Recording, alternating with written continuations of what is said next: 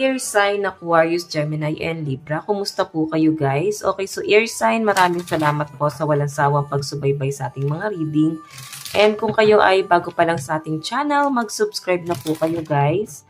And i-click mo na rin yung ating notification bell para lagi po kayo guys updated sa ating mga bagong upload. Tignan natin air sign, ano ba ang inyong gabay? Air sign, Aquarius, Gemini, and Libra. Okay, so air sign, meron tayong the lovers. So, nakikita ko dito guys na maaaring may isang tao dito, friendship kasi nakikita ko yan, no?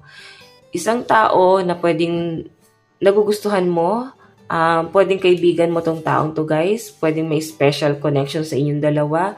And nakikita ko yung pagiging, ano mo dito guys, pagiging passionate mo sa relationship na to, no? Kung kayo ay magkaibigan pa lang guys, nakikita ko na parang nag-e-effort ka talaga. Okay? May mga hakbang ka na gagawin.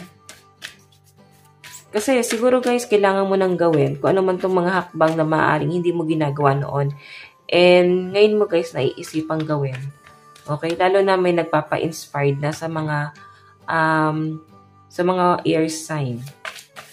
Tingnan pa natin. So, guys, meron tayong Queen of Pentacles. So, air sign sa pinapakita sa akin dito, maging balanse ka, lalo na sa iyong emosyon. Kasi sa pinapakita sa akin, air sign, na out of balance ka eh. Huwag ka rin masyadong kampante. Okay? Nakikita ko rito, guys, na relax ka lang, pero nandun ka sa point na may doubt ka pa rin. Kahit na sinasabi mong kampante ka or relax ka lang, kontrolado mo yung sitwasyon. Sa pinapakita sa akin dito guys, may mga bagay na kaya kang ilaban. So I think ilalaban mo kung ano yung sa tingin mo is sure ka na doon sa bagay na yun. Kung ano man yung ilalaban mo. Kasi tignan mo ha, Queen of Pentacles yung energy mo dito. So I think may power ka. May power ka na ipaglaban yung mga bagay-bagay. Hindi ka pwedeng makisali, hindi ka pwedeng parang pumasok sa isang gulo kasi nagbabalance ka. Pwedeng wala kang pinapanigan. Kung ito guys, patungkol sa mga kaso, may mga pinoproseso kasi dito eh, air sign. May mga pinaprocess ka. Okay? So, tingnan pa natin guys. Pagdating sa inyong career,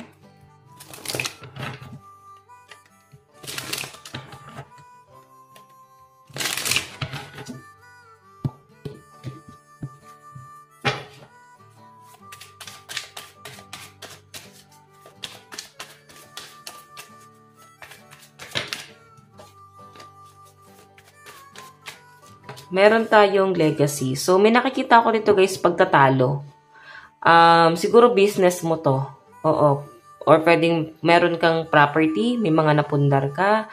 May nakikita ko dito air sign na parang pagtatalo patungkol sa mga ganon.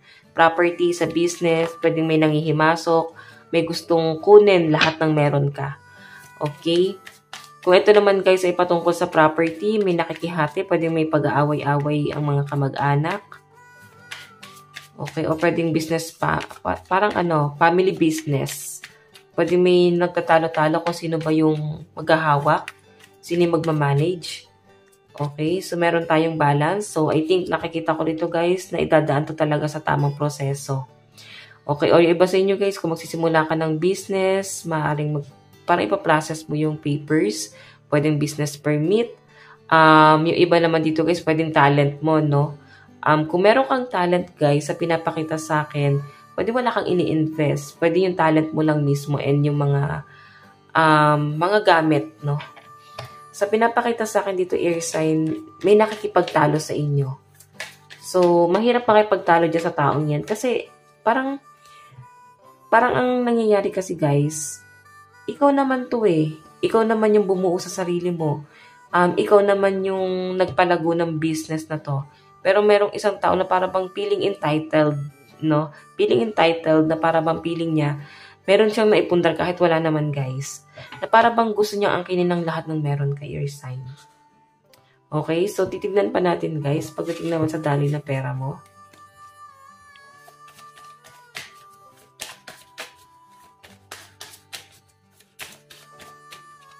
So guys, meron tayong victory. Meron tayong determination. So maaaring meron kayong pinaglalaban air sign, pinaprocess, pwedeng kaso, pwedeng ano to guys, property, or kung ano man yung nilalaban mo guys, dinadaan mo sa tamang proseso. Nandun yung pagiging determinado mo guys. No? Nandun ka sa point na talagang ilalaban mo kasi pumasok ka na eh. Nandun ka na sa gulo at hindi ka na pwedeng umatras. Air sign.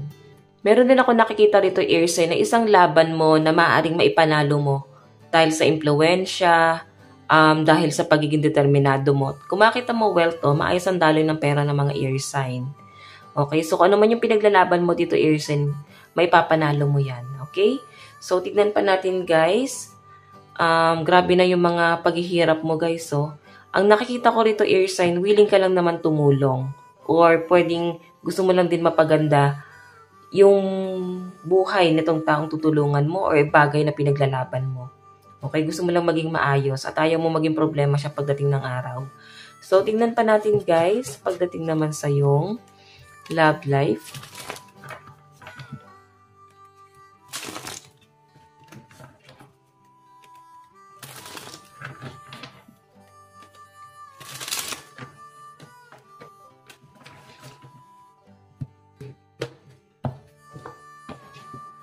Sa love life naman po ni air sign. So guys, meron tayong rejuvenation, the star.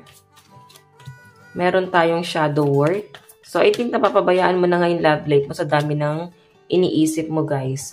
And nakikita ko maraming opportunity or maraming opportunity na maaaring paparating sa inyo guys. Ngayon, pagdating sa love life mo guys, nandun ka na sa point na nagbabalance ka. May tinitimbang ka dito na isang sitwasyon guys, okay? Nakikita ko na para bang itatry mo kung mag-work ba yung isang sitwasyon. So, pag hindi nag-work, nakikita ko na meron kang plan B. Okay? Meron kang isang side na tinitignan. Ayan, may cycle. So, I think may nagpapabago ng pananaw ng mga air sign. Kung meron man guys, kung meron ka namang person ngayon, pwedeng karelasyon, sa pinapakita sa akin guys, magiging maayos ang daloy ng pera nyo guys. Kasi para bang may pagtutulungan dito guys, may mga plano kayo.